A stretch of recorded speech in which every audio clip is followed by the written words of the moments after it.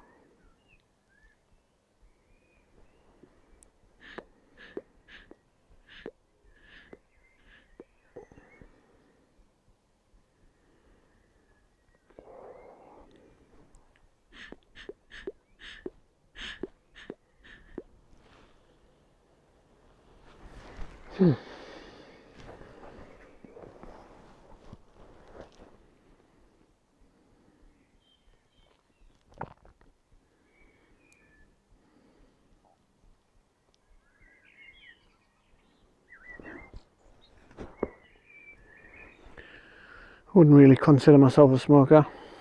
It's just another little ceremony that I do that sort of makes me put everything down, take a breath, take a moment.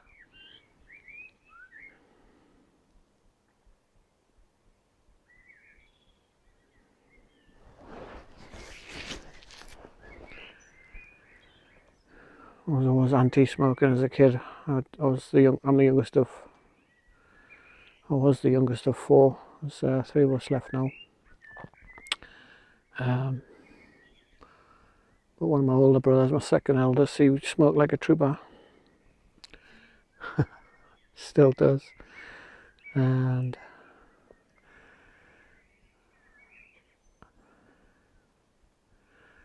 actually, I'm trying to think. I don't actually think I saw him smoke when I was a kid.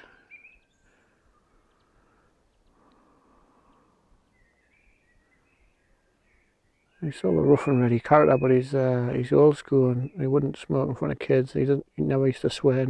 I think I was 18 before I heard him swear. That was like on the building site. But I just had a sense of smoking being for those who weren't smart enough to know better. I had a lot of preconceptions actually. I used to hate the smell of smoke, and I used to think they're all quite ignorant and antisocial, you know. This was in the days where you could smoke in bars and stuff, and clothes would be absolutely reeking of smoke the next day. You wake up, your whole bedroom would be written off with tobacco smoke. Tobacco and goodness knows what else. I think there's about 100 odd chemicals in a cigarette, isn't there, in a Western cigarette. This is pure tobacco plant that I brought back from Peru. And in Peru it's considered one of the 3 top sacred plants. All the shamans smoke it during ceremony. I guess they smoke it when they're not in ceremony, but they smoke it in ceremony as a cleansing ritual. They'll blow smoke and it smells sweet. There's like actually a really pleasant, almost a chocolatey sweet smell about it. It's lovely. Like I say, I'll only smoke once, I don't know, fortnight, once a month, something. Might go out on the motorbike and sit by the beach and pull the pipe out. Just I like the ceremony of it, really. And it does have a sort of soothing, calming effect.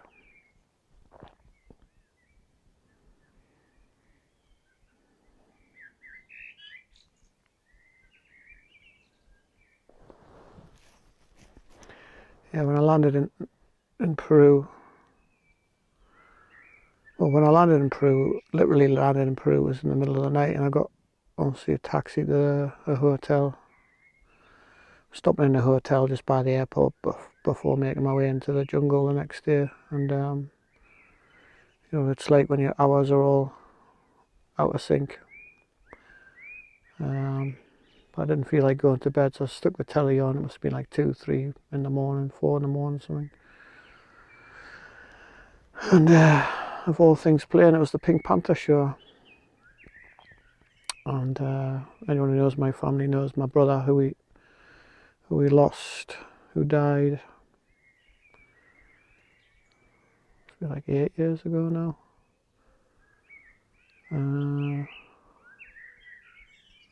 It was just before his 40th birthday.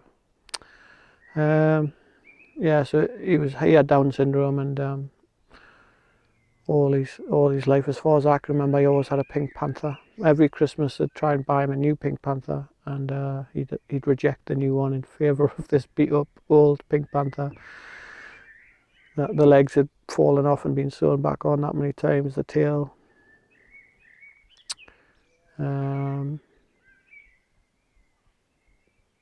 I think on first inspection you'd say it was very childlike, but it was, I think, like Sir Carl Young and that would have a lot to say. It was actually from, like, he'd play in a very imaginative, a very creative way. He'd sort of, he had Super Ted and Pink Panther, and he'd watch the wrestling and or whatever sports. Sometimes he'd do javelin, and his movements are really sophisticated. He became a sophisticated puppeteer in the end. But just a simple beauty in it.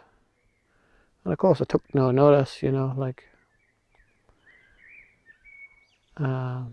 just sort of laughed at him with his daft cuddly toys. But yeah, I think it was me that was missing the beauty.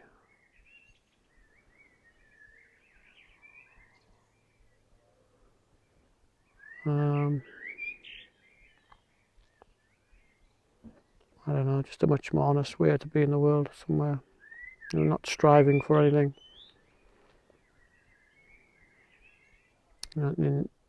Comfortable being himself. He wasn't trying to impress anybody. That's what he wanted to do, and that's what he did.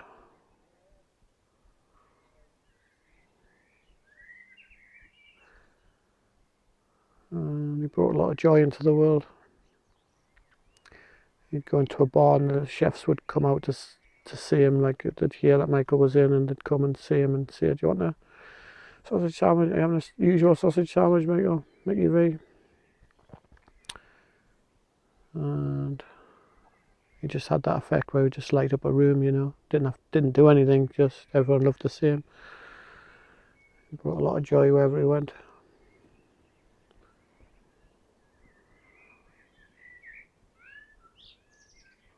I think I'd class him as a Buddha now, one of the Buddhas. He had to instill deep wisdom, and we don't even realise. Too busy hooked into Western values to notice. Yeah, so when I landed in Peru and got to the hotel and put that on, it was a nice connect. Of all things, being in a foreign country miles from home and just having the Pink Panther. Because we used to sit and watch it together as kids. One of our favourite shows.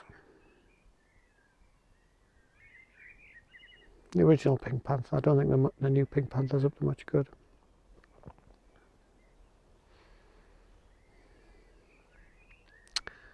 Yeah, and then from there made my way to the jungle the next day, I think. There was a jeep and then a boat ride, a bit of a hike. And I was introduced to smoking tobacco.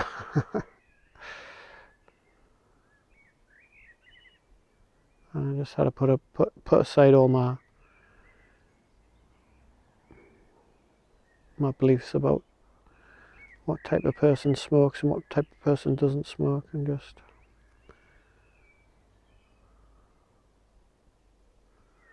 see it for what it was. We also did a tobacco vomitivo, it's called. So you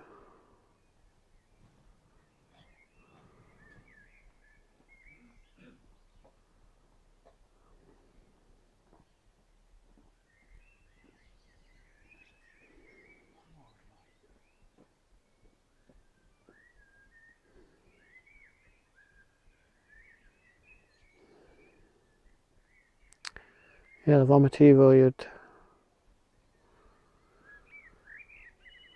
drink like something like a pint of water, tobacco water.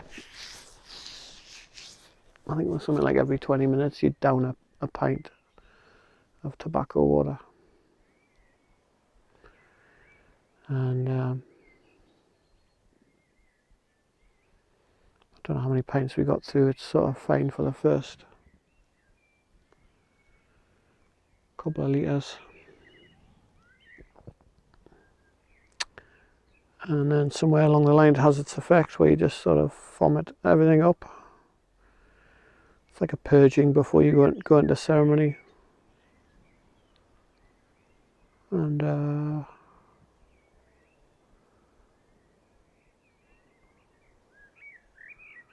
it's obviously been done countless times before. Like it doesn't leave you feeling ill. There's no real negative effects.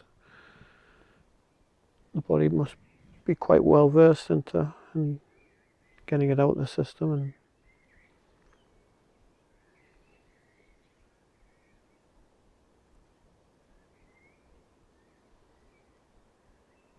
seem to do the job.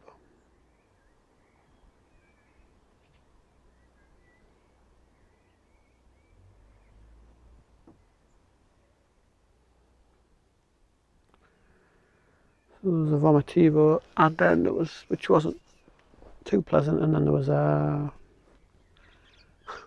bath in, like, I want to say rose petals, but it wouldn't be roses out there, some sort of flower petal water. And just the idea is to be sort of clean and sweet smelling for the spirits. They don't really like our human smell, I think. Too feral for them. Too unclean.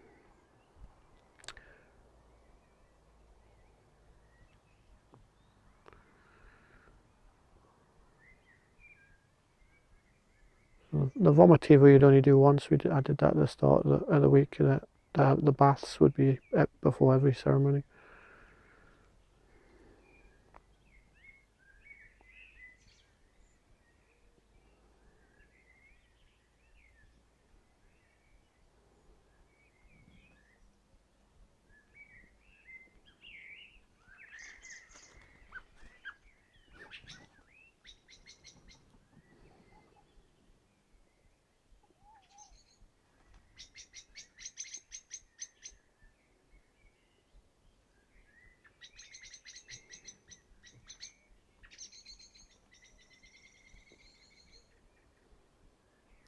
Just noticing I'm sort of stroking the wood of the pipe here, feeling the texture of the log. It's nice.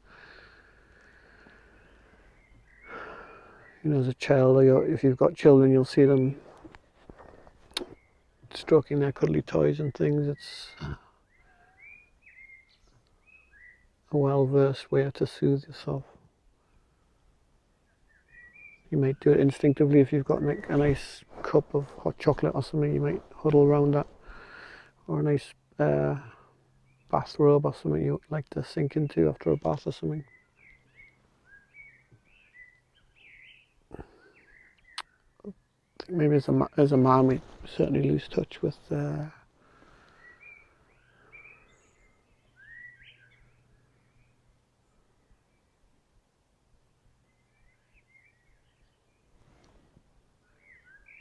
those avenues of connection.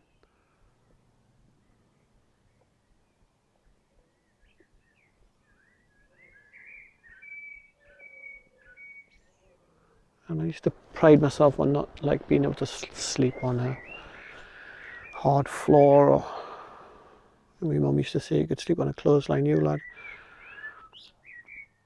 And there's a time and a place for that sort of masculine where you need to rough it and be without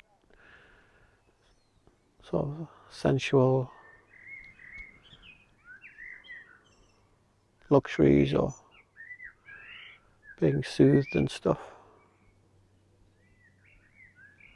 But you run quite barren if that's where you're living, if you're in that place all the time. Because we need to soothe our children, don't we? We need to be able to soothe our children and be tactile with our children.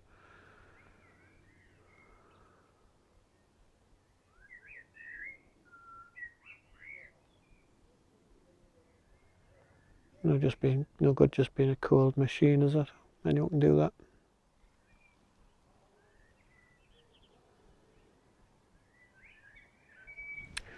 I brought this down today. This is a new edition. I'd love to know what kind of tree it is. I think I must be in a flight path. Trees have birds flying over my head.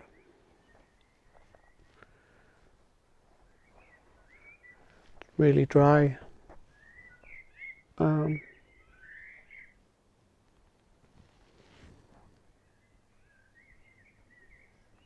Really pleasant to touch. Almost like a ready bark to it.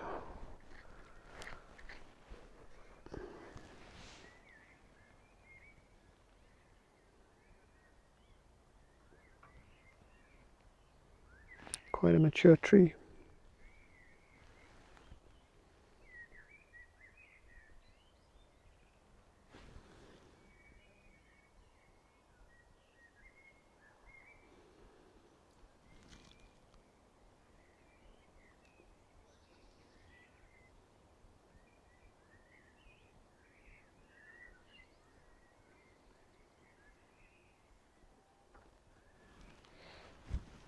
And what about you guys? Have you found a sit spot yet somewhere where you can come at some point during your day? I've just come out at the end of the day again. That was nice last night when I did that, just winding down, feel the day winding down and just really check in with that. Winding down, it's all too easy just to sit on a screen, isn't it, and feel like you're relaxing, but really the brain's not relaxing, is it? It's working, trying to decipher and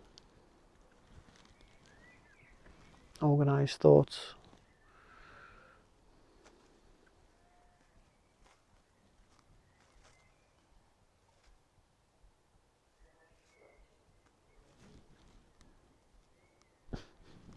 Like a comedy act.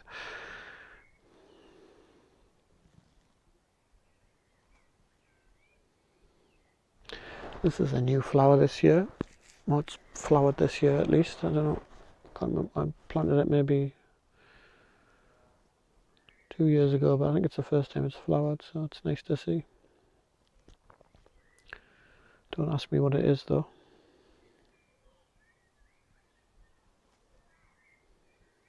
The garden's a good 3/4 weeds and a quarter stuff that I've planted. I quite like the balance. There's a lot of the what do you call it? These dock leaves. I think because it's heavy clays and those plants have big kind of bulldozer roots and they break up the heavy soils for other plants to sort of come after them. So like every plant's doing its job. So I don't like just to pull weeds up willy-nilly. They're all doing stuff. Pioneer plants, the early plants coming in and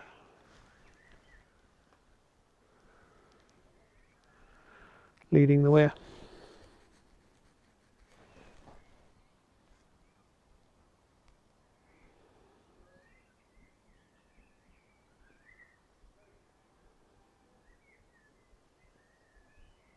I actually heard a sheep there.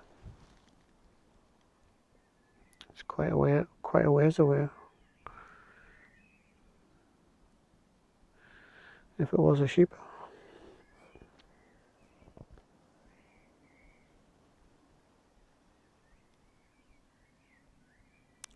That's the thing with stopping and coming out often, and you build up a picture and then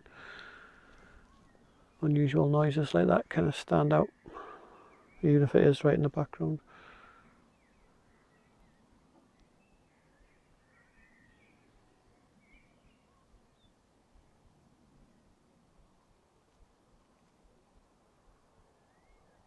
Was that researcher, wasn't it, who sort of used to record soundscapes, and I don't know if he's done it for 20, 30, 40 years, and it's quite a depressing picture really, that's how the soundscapes utterly changed with humans sort of domineering the landscape.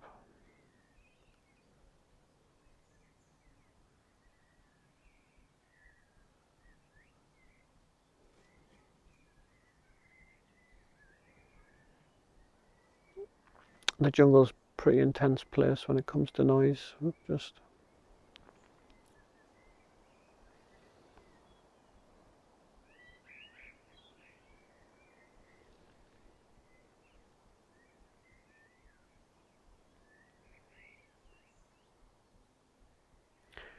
and if I remember rightly, I think it gets quite intense before it gets dark. There's not much of a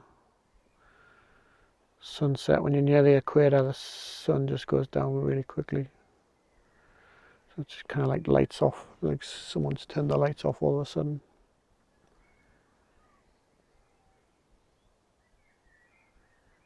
So I'm quite far north here, we get really long transitions.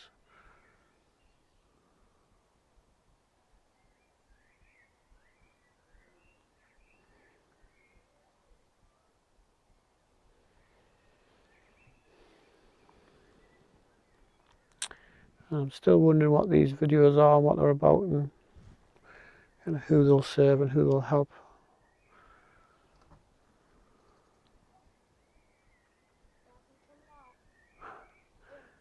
That's my little boy, he'll be wanting his bedtime stories, so I bid you guys good night. Good Earth Diaries number 6. Take care, guys.